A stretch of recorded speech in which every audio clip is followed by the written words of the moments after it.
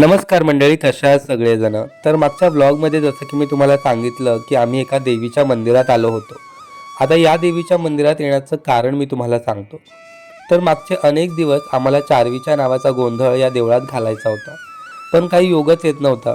पण मागचे काही व्लॉग जर तुम्ही बघितले असतील तर या दिवसामध्ये सगळ्याच गोष्टी जुळून येत होत्या. तसा हाही दिवस जुळून आला. मंदिरात गेल्यानंतर सगळ्यात पहिले तर मम्मीने आणि प्रियंकाने देवीला नैवेद्य दाखवून घेतला. देवीची छान ओटी भरून घेतली आणि ओटी भरून झाल्यानंतर प्रियंका मॅडम मंदिरातून गायब झाल्या. आता कुठे गेले म्हणून तिला शोधायला गेलो तर प्रियंका जवळच असलेल्या डोंगरावरती करवंद तोडत होती. तिच्या हाताला काही करवंद येत नव्हती म्हणून तिने मला सुद्धा कामाला लावलं. मग काय, तिला पोटभर आणि मनसोक्त अशी करवंद खायला दिली.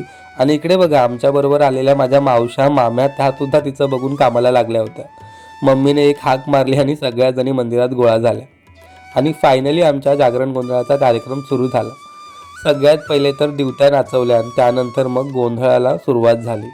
छान देवांची पूजा झाली, देवांचे गोंधळ झाला आणि सांगता म्हणून देवांची आरतीसुद्धा झाली.